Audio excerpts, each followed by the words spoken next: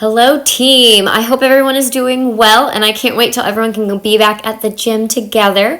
But I'm also excited that you guys are tuning in and joining us for some of these Tribe Fit home sessions.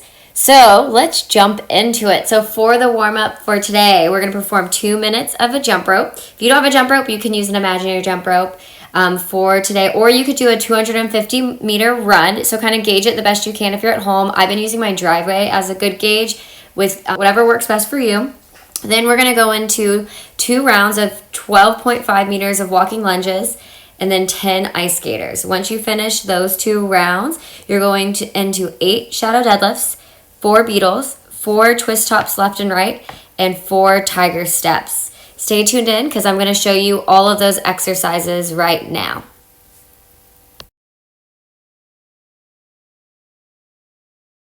The jump rope. The exercise looks like this. So for the jump rope, the main benefit is total body integration as well as high metabolic demand. So for the start position, you're gonna have that rope behind you. If you don't have a rope, if you're at home and you don't have a jump rope, no worries. Just take the rope out of the situation and just use your arm movements and then jump. And every time you jump is 1. But if you do have the rope, you're gonna have the jump rope in your hand, elbows in. You're gonna have that rope pass overhead and then jump every time it comes under your feet.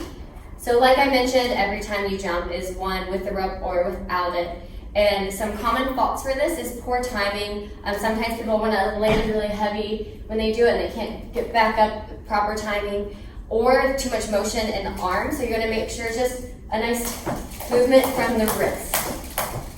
So the way you can progress and regress the jump rope is really just through speed. And that's the jump rope. Walking lunges. The exercise is going to look like this.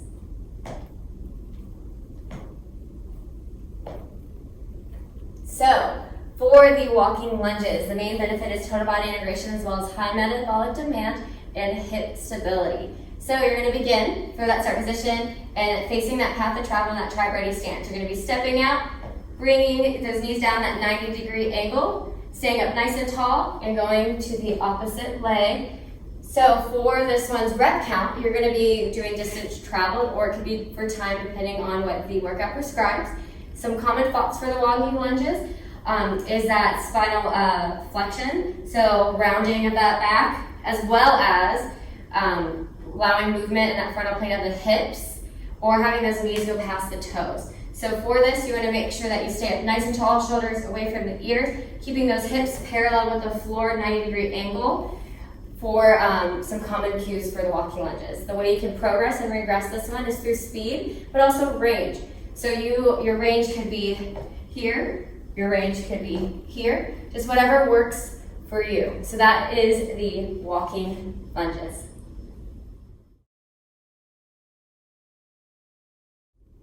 Ice skaters. The exercise looks like this. So for the ice skaters, the main benefit is total body integration as well as high metabolic demand, as well as stability through the hip, knee, and ankle. So the start position is that tribe ready stance. Then you're going to be stepping out laterally. So you'll step out laterally. You're going to be bending, sitting back in those knees, controlling that deceleration down, and then going to the opposite side. So for this one, left and right equals run repetition. Some common faults for this one is not controlling that deceleration. Also, a lot of people may bring their shoulders forward, flexion in that spine. So you want to make sure you have your chest up, chin up, shoulders away from those ears. Having nice control, very important control and timing for this one, as well as coordination. So having nice control, going and decelerating back down, making sure you have all points of contact for that landing foot, and then going to the opposite side. The progression and regression for the ice skaters is through range of motion and speed. So are you stepping side to side? Are you jumping? How far are you going down that when you're decelerating and how much control you're having, as well as speed, how quickly you're going from side to side. And those are the ice skaters. Shadow deadlifts. The exercise looks like this.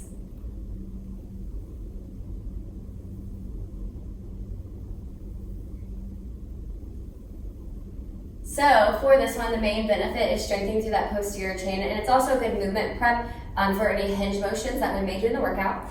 So you're gonna start in that start position, hands on those thighs, sitting up nice and tall. Sitting back through those hips, allowing your palms to come down to about the knees, and then coming up nice and tall, squeezing up through those glutes. So every time you hinge down and come back up is 1 repetition. Some common thoughts for this is maybe some people may want to go into that squat motion or rounding through that back so they're not utilizing that hinge motion. So sitting those hips back, nice off knees. So for that, you want to make sure you stay up nice and tall. Think about having, if the wall behind you is pulling your hips back, pulling those hips back, and then coming up, like I mentioned, nice and tall. So the way you can progress or regress this exercise is really just through range of motion. So how far are you hinging down in that shadow deadlift? So that is the shadow deadlift. Beetles, the exercise looks like this.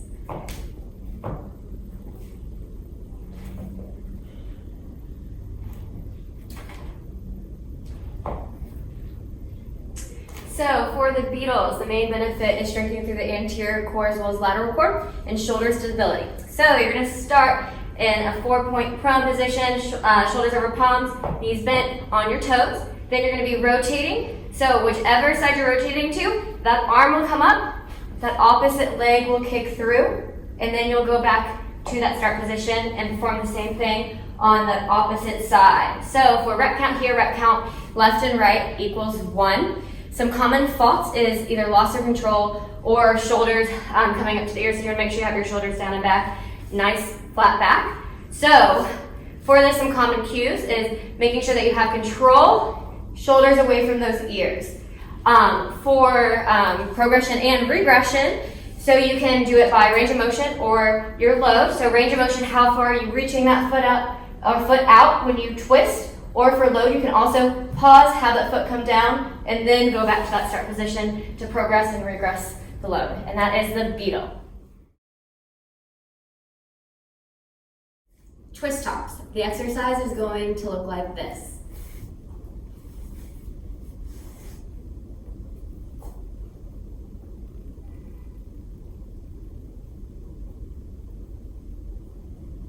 And then you do the same thing on the opposite side. So the main benefit for those twist tops is that movement prep as well as thoracic and shoulder mobility.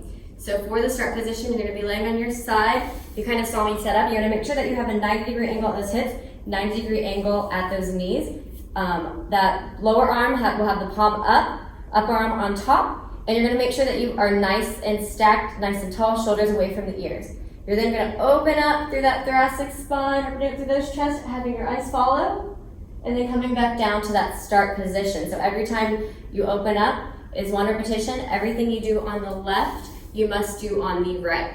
And so some common faults for this one is 1, people are losing that 90-degree angle, not staying stacked, so as well. And then you also want to make sure that you're applying light pressure on that lower knee as you open up, because some people may start to bring those knees up as they open up, and that's going to be their end point for their range. So once they bring those knees up, so kind of watch that on yourself when you're doing it at home, whatever it may be, to think about keeping those knees flat on the floor. So opening up, pressure on those knees are some common cues for that exercise. And the way you can progress and regress this one is really through that range of motion. So as you continually do this, you will see that your range will increase through this exercise, and that is the twist tops.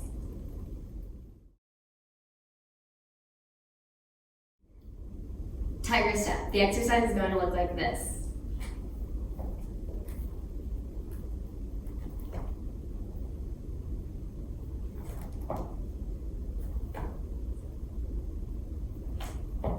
So, the main benefit of the tiger step is total body duration as well as full body mobility and length through that frontal line. So, the start position, you're going to be in that 4-point prone position, except you're going to have your feet either hip length or slightly wider than hip length apart, because you're going to first begin going into that animal squat. Then I'm going to bring my right foot outside of that front hand, and as I do that, I'm going to bring the arm up, rotate it back, having my eyes follow that hand, and then coming back to that start position and going to the opposite side. Every time the rep count for this is left and right equals 1. And so the common faults for this is one, not starting off for success, so not in that nice strong plank position. You want your shoulders over those palms, as well as allowing your hips to fall forward. And that plank, so you don't have your core nice and tight, nice long spine. Shoulders away from the ears. And then also giving yourself enough time to plant that foot before beginning that rotation and for that tiger step. The way you can progress and regress this one is through that range of motion. So range in the animal squat, as well as bringing that foot up and rotating for the tiger step. Okay, team, now that we've gone over the warm-up, we're going to begin. 3, 2, 1, go.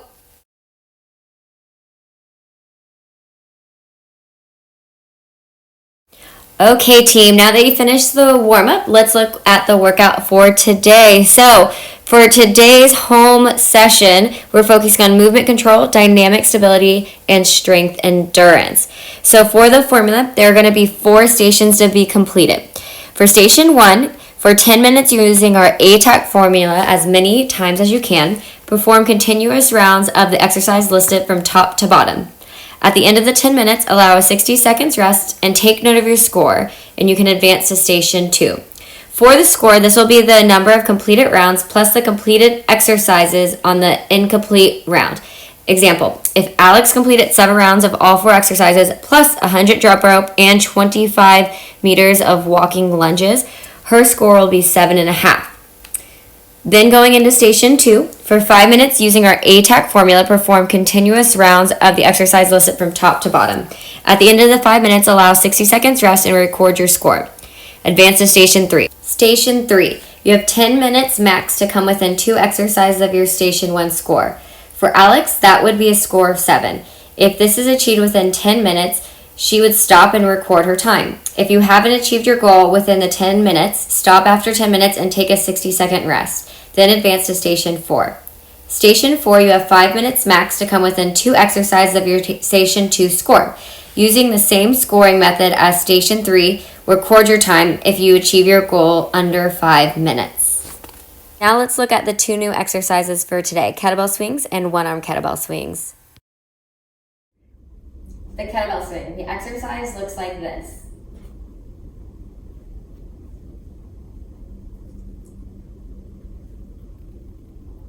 So, for the kettlebell swing, the main benefit is total body integration as well as high metabolic demand as well as strengthening through that posterior chain. So you're going to begin by holding a kettlebell with both hands, having your shoulders down, back away from the ears. You're then going to sit back in those hips, driving through those heels, allowing that kettlebell to come up to about shoulder height, keeping that core nice and tight. So some common faults for this one is either spinal flexion, people leaning over too far, as well as sometimes people want to go into that squat pattern. You want to make sure this is a hip hinge motion, so you want to think about powering through those glutes, driving through those heels, using those hamstrings to help bring that kettlebell up to that shoulder height, like I mentioned. So you want to make sure you stay nice and tall, shoulders away from the ears. Set yourself up for success when you go into that exercise. And the way you can progress and regress this one is really through that load, so the load of the kettlebell. And that is the kettlebell swing.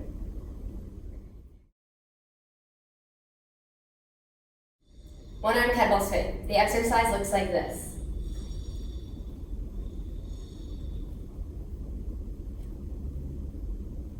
And perform on the opposite side.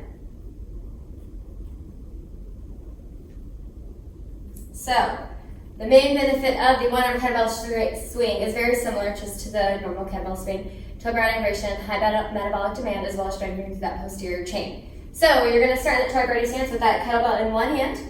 You're going to, very similar to the kettlebell swing, you want to think about sitting back in those hips, hinging back in those hips, driving through those heels, bringing that kettlebell up to shoulder height. For this one, since we're using one arm, you're going to think about having your thumb go in and then back up parallel to the floor. So if you can see my thumb. So in and parallel with the floor.